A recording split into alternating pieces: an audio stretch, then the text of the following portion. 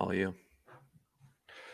Hello and welcome to the Establish the Pool show. I'm going to try to do my best to fill in for our normal host, Adam Levitan, who is traveling right now this week. He can't make it, but fortunately, joined by my good buddy, Mark. We're in the absolute grind of kind of the end of the regular season here. We have games on Christmas. We have games on Christmas Eve. We have a bunch of stuff going on. Obviously, all the NBA things that are going on at ETR. So, Mark, I know you're in the midst of it. It's the holidays. How are you feeling?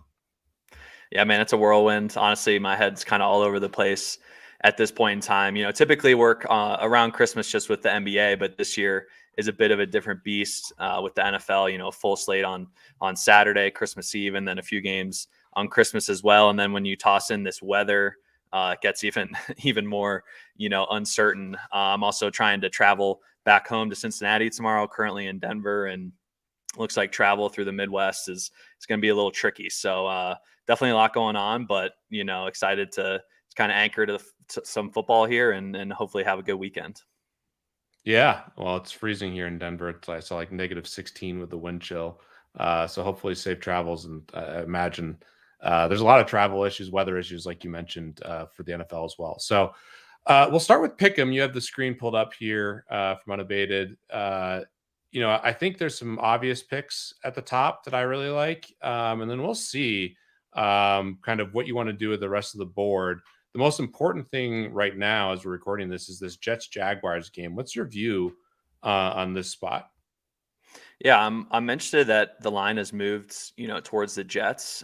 We see here that's, the fourth biggest edge on the week, opened at minus, just at about a half and up to -2.5 at some spots. It looks like it's going to be heavy rain and then consistent winds at a minimum 15 miles an hour, apparently gusts up to about 30 to 40 miles an hour. So, I'm expecting more of a run heavy game plan from both teams here, just based on that weather. But we did see, a few weeks ago, just with the Jets played in one of the rain heaviest games already this season against the Bears. That was when Mike White was at quarterbacks, and they still threw a ton. Garrett Wilson had a big game. And we saw them stay aggressive. So I'm not sure how the game plan is going to play out on their side. And then, the Jets D is so strong. I think Trevor Lawrence, I'm not sure how they're going to play it either. He's been cooking in the passing game. I expect them to have a relatively normal game plan, but it's definitely tough. I think I give the edge to the Jets just defensively here. So in a matchup where I think there's going to be limited possessions, and the offense is going to struggle, I would guess. I kind of lean towards the Jets here, but definitely don't feel too strongly about it. How about you? Yeah, I lean towards the Jets. I'll use some of them in my pick and pools, just especially stuff that's behind. I think less people will get this pick in. I don't have super high conviction, so my top teams, I'm debating if I want to use the Jets. Maybe I'll use it on one of the two, but we'll see. I do think the top of the board picks are quite strong. We'll see. Obviously, there's a lot of news to come out in Baltimore. We have Tampa Bay, who I think is a great play regardless. I know they were disappointing in the second half, especially, but I think they'll beat this Cardinals team pretty handily. And then the Texans is another one that I think this line may even move a smidge more and like really close at 3. I mean, the Titans are probably the most injured team in the NFL, would you say? Yeah, definitely on the defensive side, they're just destroyed. And then offensively, obviously Tannehill out. I know they're missing a few key offensive linemen. So at the key areas, they are definitely butchered right now. Right. So those picks all look strong, and then we'll see how the lines move the rest of the way. I do think if you need to be contrarian, you should be taking some of the other sides of these bets, and maybe the Ravens is the thing to do. I don't know. I don't know where I Yeah, would go, but I'm at the I'm top I'm of the board curious. here, I'm curious your thoughts, just macro point of view on with all this weather stuff and how you handle that. Is it a week where you kind of back off and say, oh, there's going to be more variance in these games, due to the weather, or do you lean into it more in that case because you think you could have a bigger edge on the books? Just kind of do you have a strong lean there on how you approach it? Do you think it's a better week to go contrarian because no one's going to be able to model these games as well as in standard conditions? Just kind of how are you approaching the weekend as a whole? Yeah, I think broadly weather introduces variance, so that's normally better for the worst team. Hmm. So, and obviously there's a dynamic thing going on with certain teams being having certain strengths or weaknesses. A very pass heavy team, severe winds would be more impactful for them versus a team that controls the line of scrimmage and can like run the football, like the Eagles, for example. The wind might not be as penal to them. So there's a couple things to pay attention to, but broadly it introduces more variance. So in general, I'm more inclined to take kind of the contrarian stuff and just assume, especially with lower totals, that lines should kind of converge and the spread should be closer. So if you get a lot of points in a low scoring weather game with the amount of variance there, normally that's something I'm really interested in. Yeah, definitely. I think it, as you mentioned, favors the underdog a bit. I think this Falcons line up top is great. Looks like Lamar is probably going to miss another week, and both of those Yeah. teams love to run the ball as well. So I think the Falcons are pretty much the run heaviest team in the league, them and the Bears. So I don't think their game plan will be too affected. Kind of the middle of the pack. I'm interested that the Patriots are showing as a decent edge. They've just kind of been a disaster, and this Bengals team is rolling. Do you have a lean there on that game? I was on the Patriots last week, so I think some of the underlying metrics on the Patriots are a little bit better Hmm. than how they've been playing. Mac Jones isn't great, but um, yeah, this is a tough spot going against Cincinnati, obviously at home, which is why the line is where it is. But I don't know. I don't have a strong conviction on this game. I do like Baltimore, or I do like the Bengals for the playoffs quite a bit with Burrow and their coach. But it's not the easiest place to play, and a home dog. Like I can easily make the argument for the Patriots just being a little bit undervalued, and then the home dog aspect, is at least interesting. And the most important thing here is the market is the more of the truth than anything. So there is a positive line move here. Yeah, definitely. Some teams that I think have fallen out of favor a bit and showing as a decent edge. The Commanders had a poor showing against the Giants. They travel across the country, against the 49ers. I'm assuming the most of the public is going to be probably on the 49ers there with how they've been rolling, and Washington struggle on the national stage. The Chargers kind of laid an egg against the Titans, still were able to pull out the victory. And they play the Colts team, who's going to be starting Nick Foles. So the quarterback carousel and just personnel carousel for the Colts continues. Do you have a lean on the Chargers there? That's a Monday night game, so should garner some Yeah, interest this week and in a dome. So at least a clean game we can talk about. the Chargers are one of the most interesting teams to me overall. On the Bulls side, you have Herbert playing at an unreal level. He's overcoming the weakness I'm going to talk about is their line of scrimmage stuff is very bad. Their offensive line just really can't block that well. But Herbert is still somehow making a ton of plays, which kudos to him. So that's a really good quarterback with a lot of weapons. That's not great at the line of scrimmage. That has a lot of defensive injuries. We'll see how healthy they can get for the playoffs if they can make it, which it looks like. I think at this point they're big favorites too. So I'm interested in this team. I'm curious how they play this game. I don't have like a strong lean. The Colts, I think, are probably a smidge underrated. They easily could have just absolutely whooped up on that Vikings team. I think their defense is probably a bit better than the market's giving them credit for. So yeah, it's another kind of close spot for me. I definitely like the games at the top, and I'm trying to decipher some of these games here at the bottom. Hmm. I'll probably end up taking Dallas, but I'm unsure. I'm unsure on that one. Yeah.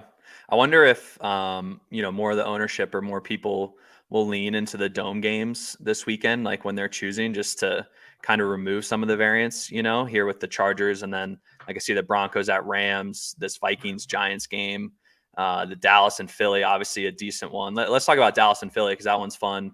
Jalen Hurts officially ruled out this morning. Gardner Minshew is going to start there, but the Cowboys here have still moved from -4.5 to -6 at some spots. Not a massive edge there, but still a decent one. Do you have a strong lean there? I actually do like Dallas a little bit here. You're getting like, a good bit of the line had already moved with Hurts being out, but I Hmm. think that there's a little bit of variance in the area that I think Dallas can really impact this game. And I want to watch Micah Parsons. That's a key part of it. But Minshew can be turnover prone, as we've seen in the past. And maybe they'll just be able to run the ball. But I think Dallas, if they can get a lead where they force Philly to throw more, could be in a pretty good spot. So it's a small part of the line move. That's one that kind of stood out to me. And I've been really high on the Eagles all year. It's just the Eagles have less incentive as a team right now. Obviously, no Hurts. It's a kind of a tricky spot, and I'm really hoping the Eagles can win because we have a future on the Eagles' most wins. I know there's a lot of Jalen Hurts people out there with MVP tickets and in best ball, but yeah, I might just take the Cowboys, and then if the Eagles do well, it'll be good for everything else. Yeah, yeah, I agree here with the market a bit, but like you, I'm going to be starting Gardner Minshew in some fantasy leagues and have Goddard back and going in some playoffs. So I'm rooting for the Eagles to be successful offensively, but obviously, kind of will lean into this line here. I think that's solid. And then yeah, anything else that sticks out to you on the board here? No, I mean, I just know where you are, I think is the most important thing. You can't just ride the chalk and try to figure out where you can get contrarian if you're Hmm. behind. And I think some of the, none of these are like slam dunks. I mean, the highest edge right now is like 13, 14%. It's still, flipping coins, just weighted slightly in one direction. So to me, know where you stand, play the game theory right. And yeah, with my good teams, I'm definitely attracted to kind of the top couple teams up there. Awesome. Let's switch over to Survivor then, which you managed to escape last week. Who'd you end up going with last week? I went with the Vikings, so that's the Oh, all-time escape, the baby. biggest comeback in history. And I was really close to taking. I was between the Vikings and Commanders, so Yeah. basically got as lucky as possible. Not a great week, but that was, I guess, one nice thing was the Vikings winning. So now it's a really tricky choice. I've had Tennessee penciled into this spot for over a month now, Hmm. and no Tannehill. They're beat up, like I mentioned. So I don't like them at all in this spot. The question is, where do I go? Yeah. And probably at this point, it's the Chargers. But Okay. yeah, it's an interesting Survivor week for people. I don't know what your view is on some of these games. Obviously, it's dependent on who you have left to play. But I do think the Titans were going to be a really popular pick, and now we'll see. Yeah, I still feel decent about the Titans, honestly. They're just going to come out with an extremely run-heavy game plan, and we actually saw this matchup with them earlier. Malik Willis started against the Texans when they played in Houston, and that was another Derrick Henry massive game against the Texans where he had over 30 carries and a couple hundred yards and multiple touchdowns. So I'm assuming the game plan is going to be similar. And then the weather also looks relatively rough there. I'm not sure if there's any precipitation, but extreme cold and decent winds, I believe, as well. So, given that, like the Titans still do have a strong defensive line. It looks like Jeffrey Simmons is going to play. He's a big key for them. And That's then, good. but they are down. David Long, I think, is their stud linebacker that they had to put on IR. So that's definitely a hit there. But just kind of thinking about, the Texans and what they're working with in the running game. Obviously, Damian Pierce is out. So, they're trotting out, Dare Ogunbowale, Rex Burkhead, and Royce Freeman as the running backs. And even though running backs don't matter too much, like that's just kind of uninspiring, I think, if it's going to be, Yeah. a run heavy game plan in that game. So I feel decent about the Titans still. They continue to just outperform kind of like the personnel that they have on the field. So I do feel decent about that. The Chargers, though, like if you have the Chargers, I think that's solid for sure. Just kind of when we take the macro view of the Colts, the Colts, like again, Nick Foles is going to start there. Reports this week he hasn't taken a single snap with the first team offense, the entire season, even dating back to training camp.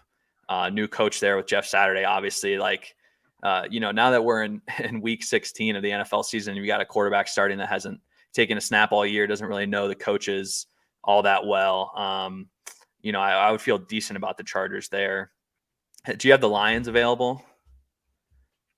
I believe I do actually have the Lions available. That's the one I was looking at. I'll pull up who I have. The Chargers is the big one. I mean, that's at this point what I have Yeah, clicked. But so Chargers right now is about minus 210 to 220 favorite on the money line at Circa and Deck Prism, and the Titans are more in like the 170 minus 170 to 180 range. So definitely, the market leans Chargers there a bit more. And then the Lions are, right around minus 145 to minus 150. So certainly kind of third option out of those. But I think interesting. And just Carolina with Darnold there, they're playing so slow. I do lean the Lions there a bit, but your other two choices are probably better. Yeah, it's such a it felt good to have the Titans saved because I think some people have used the Titans already, specifically that last game versus the Texans. So Hmm. that part's a little frustrating, but it is what it is, and we'll see if there's any more news or line movements that you can, kind of capitalize on. It is an interesting week for those that are left. I mean, hopefully you're grinding who you're competing against, who they can take, and know your rules too. If it's a winner take all, where you should be getting down to maybe taking 2 picks depending on how many people are left, but know your rules if you're splitting versus if it's a winner take all with tiebreakers. Yeah, definitely. What about the Bucks? I'm assuming you have used them because they're massive favorites this Yeah, week. yeah, I've used the Bucks. I would definitely use Cool. the Bucks if I could use them. Yeah, yeah, it's definitely getting thin. But sweet, yeah. So I It's think, I mean, I would probably lean Chargers. Um, but I feel decent about the Titans too. I think they have the advantage in the run game, but you never know what's going to happen. cool. Well, yeah, I'll keep debating, and I'll probably send you and Adam a message as it gets closer. But Yeah, let's try to win some more money on Underdog. We've had a couple hits, right? yeah. We won 2 weeks in a row. Last week we fell short, or we got 2 out of 3. And then we lost due to Evan Ingram going over his receiving yards prop again. We took that in your honor because the line was 44.5 on Underdog and down to like 40.5, on every other book. So we felt great about Yep. that. Oh, that's a great pick. Unfortunately, didn't come through. But yeah, so the prize this week will be up to $200. Again, if you're in the ETR Discord, there's an Underdog channel, and we'll drop our 3 pick parlay in there. And if it hits, Andrew Mackins of Underdog will be gifting $200 in Underdog credit this week. So definitely with the playoff contests, coming up on Underdog, I think it's a great time to either redeposit or get in our Discord and hopefully get one of the bonuses there. I'll refresh this here. It looks like one of the plays I was going to take is now grayed out, so we'll have to Oh see. no. If you have a pick, you can go ahead Yeah. and I hopefully I can use the game tonight. I don't know. Is that okay? oh, definitely, yeah. Assuming. Yeah, I like the Ingram under again. I was just looking at this game. I was thinking that there could be lower scoring. I have a lot of respect for this Jets defense and kind of a similar spot. You have 40.5 on Underdog, and there's one market at 40.5, but everywhere else is between 37.5 and 39.5, with a lot of sharper books like heavily on the under. So Hmm. Caesars, for example, is 39.5, only a yard. But if you want to bet the under, it's minus 137. So, and you can get the over plus 100. So to me, this is a price thing. And yeah, Evan Ingram had that huge game, but they have a lot of targets, and I'm expecting kind of a sloppier game here, obviously with the total moving down, market moving towards the Jets. I'll take the under on Evan Ingram. Nice. Yeah, this was an ETR official play at 44.5, I believe, again this week. So we definitely lean there. His usage Oh, been insane the last couple weeks. He has 25 targets the last 2 weeks. So yeah. natural regression there. I was going to take a Daniel Jones passing over that we took as an official prop as well. But yeah, okay, that moved up. It was hanging at 207 earlier. Probably not a bet at 220. So I'll go to another one that we're considering. Hopefully this doesn't bust the market for us, but I'm going to take Geno Smith under 262.5 passing yards. We project Geno for right in the 240s. And he's, heading to Kansas City this week without Tyler Lockett. Tyler Lockett's going to miss the game with a broken hand. Noah Fant has missed 2 straight practices with a knee issue, so could be entering Kansas City, with limited weaponry. And then I kind of like taking unders in Arrowhead. The Chiefs, seem to play better defense there, and typically lends to unders. Also going to be some weather there as well. So kind of just projection, and then this line is also 260.5 at most books. So I'll get a couple yards of equity there. So go with Geno under. Anything else stick out to you on the board to fill out the third? I had Daniel Jones, written down here, but we can kind of scan and figure something out live. What about, let's see, Lawrence's total yards? I was looking at that. Mm-hmm. I love Lawrence, though. Just in general, I think he's such a stud. Yeah. It does.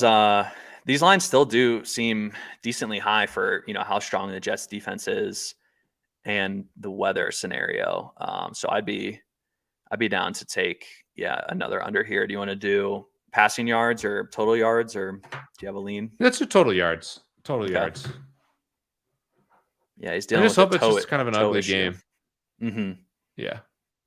Sweet. I think that's reasonable. We'll just short the Jaguars tonight. Kind of lean in with what the market's saying.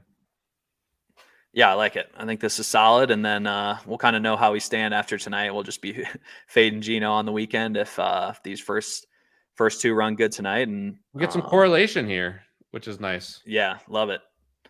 Love it. That's awesome. Cool. Okay, so we got Ingram under 40.5 receiving yards, Gino under 262.5 passing yards, and then Lawrence under 226.5 total yards going this week. I think that's pretty solid. Perfect. Mark, this is fun, man. I've really enjoyed doing it this year. I'm super stoked for next year too. I think there'll be really big survivor contests, the pick'em stuff. Like we have a good process. Obviously, the underdog pick'ems are fun, so it's been fun doing this. Obviously, we have more weeks to come, but it should be great even next year with all the big prize pools. Yeah, definitely, man. Been an honor for sure.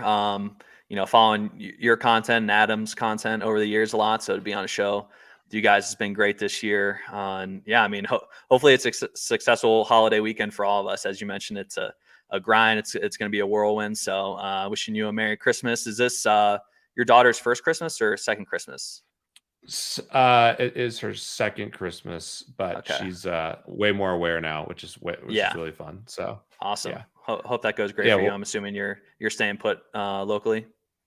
Yeah, we're hosting family, and I echo what you said. Merry Christmas to everyone. Happy holidays, and hopefully you have some good luck too on these slates. There's a lot of money out there, and I like these holidays where you can play DFS. Yeah, it should be fun. Awesome. Merry Christmas, everyone. Happy holidays. Have a good weekend, full of sports, and hopefully family and friends. Catch you later.